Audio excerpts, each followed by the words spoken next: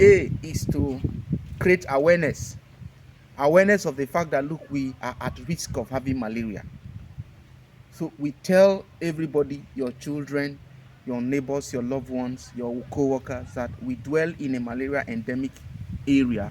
So we are all at risk of developing malaria, of contacting malaria. And we all know that malaria has various forms. It could be mild, it could be severe. And the severe forms can be very fatal. So that's why it is important for us to raise that awareness of the fact that, look, we are all at risk. Why are we at risk? We are at risk because we are in a malaria endemic axis. We have mosquitoes everywhere.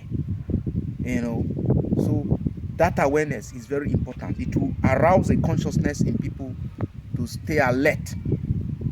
Number 2 is to do what we call bite avoidance. How do you avoid the bite of mosquito? Because it is an infected mosquito that is responsible for transmission of malaria. So how do we avoid mosquito bites that may eventually lead to contacting malaria? Number 1 is to keep the environments clean. It's important for us to tidy the bushes around us that may constitute a breeding ground for the mosquito.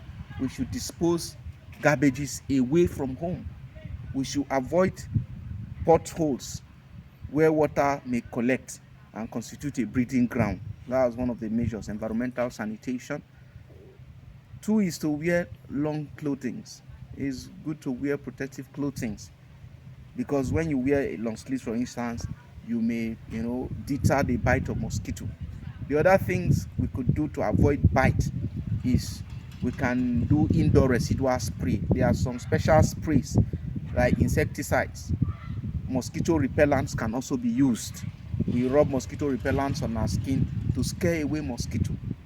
The other thing we can do is to also sleep inside insecticide treated net. Like you saw earlier, I had to stay under the net to avoid the bite.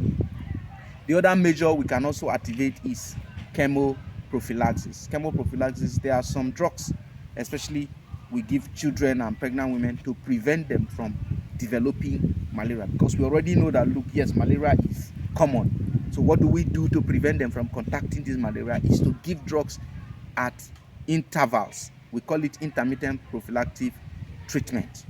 Okay, that's one of the measures we activate to prevent malaria. The other one is diagnosis and treatment. It has completed a cycle A, B, C, and now I'm D.